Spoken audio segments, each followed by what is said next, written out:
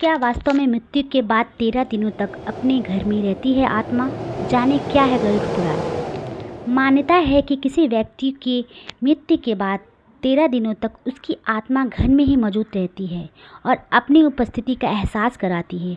आइए इस बारे में गरुड़ पुराण क्या कहता है हम जानते हैं।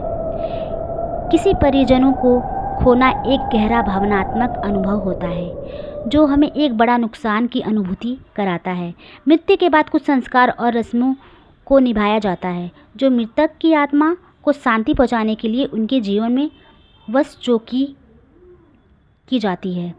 माना जाता है कि यदि प्रियजन की मृत्यु के बाद उसके जुड़े सभी संस्कारों को ठीक से निभाया जाता है तो घर में सदैव समृद्धि बनी रहती है। इसी चुनौतियों को पूर्ण अवधि के दौरान हमारी परंपराओं और रीति रिवाजों में से मुख्य मानी जाती है। 13वीं यह एक ऐसा संस्कार माना जाता है जिसके बाद मनुष्य की आत्मा को शांति मिलती है और मुक्ति भी मिल जाती है। ऐसा कहा जाता है कि मृत्यु के बाद 13 दिनों तक आत्मा उसी घर में मौजूद होती है जहां उनकी आत्मा होती है। इसी वजह से मृतक के परिजनों को कई बार उनकी उपस्थिति का आभास भी होता है।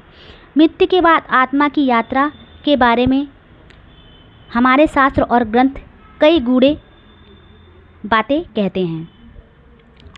ऐसे ही मृत्यु परंपरा की सत्य गरुड़ पुराण में भी कहा जाता है कि जो कि हिंदू धर्म में एक मुख्य ग्रंथ है।